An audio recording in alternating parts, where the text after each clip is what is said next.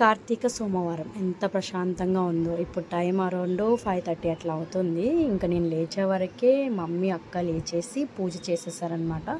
So మా అక్క ఆంజనేయ స్వామి వ్రతం చేస్తుంది. సో తను రోజు 3 o'clock లేచి పూజ చేసేస్తారు.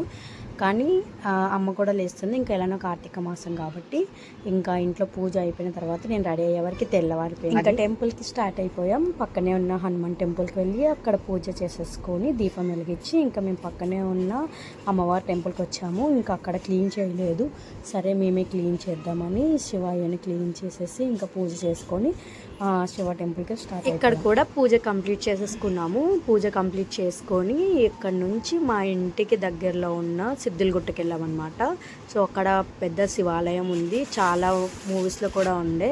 సో ఇక్కడికి వచ్చిన తర్వాత ఫస్ట్ గణపతికి పూజ చేసేసి ఇంకా లోపలికి వెళ్ళిపోయాము. చాలా పెద్ద లైన్ ఉండే. అభిషేకానికి టికెట్ తీసుకొని అభిషేకం కోసమని మేము లైన్లోనే వెయిట్ చేస్తున్నాము. సో వెయిట్ చేసే కొద్దీ లైన్ పెరిగిపోతూనే ఉందన్నమాట. మేము అప్పటికే తొందరగానే వెళ్ళాము. మేము లైన్ స్టార్ట్ అయ్యే వరకు అరౌండ్ 6:10 అట్లా అయ్యింది. మాకు ఇంకా పూజ మొత్తం కంప్లీట్ అయ్యి లైన్ మొత్తం అయ్యే వరకు ఆల్మోస్ట్ 7:30 అయిపోయిందనమాట. సో లోపలికి వెళ్ళి ఇంకా మేమే పంచామృతం అవన్నీ కలుపుకొని మనం లోపలికి వెళ్ళాలి. సో ఇక్కడ టెంపుల్లో ఏంటంటే అబ్బాయిలకి కంపల్సరీ పంచలో రావాలన్నమాట. టెంపుల్ గర్భగుడిలోకి రావాలంటే సో ఇంటి నుంచి పంచలు వేసుకొని రావాలి. లేదు అంటే అక్కడ కూడా ఒక 3-4 పంచలు ఉంటాయన్నమాట. బట్ ఏంటంటే పంచ కట్టుకొని రావడమే ప్రిఫర్ చేయాలి.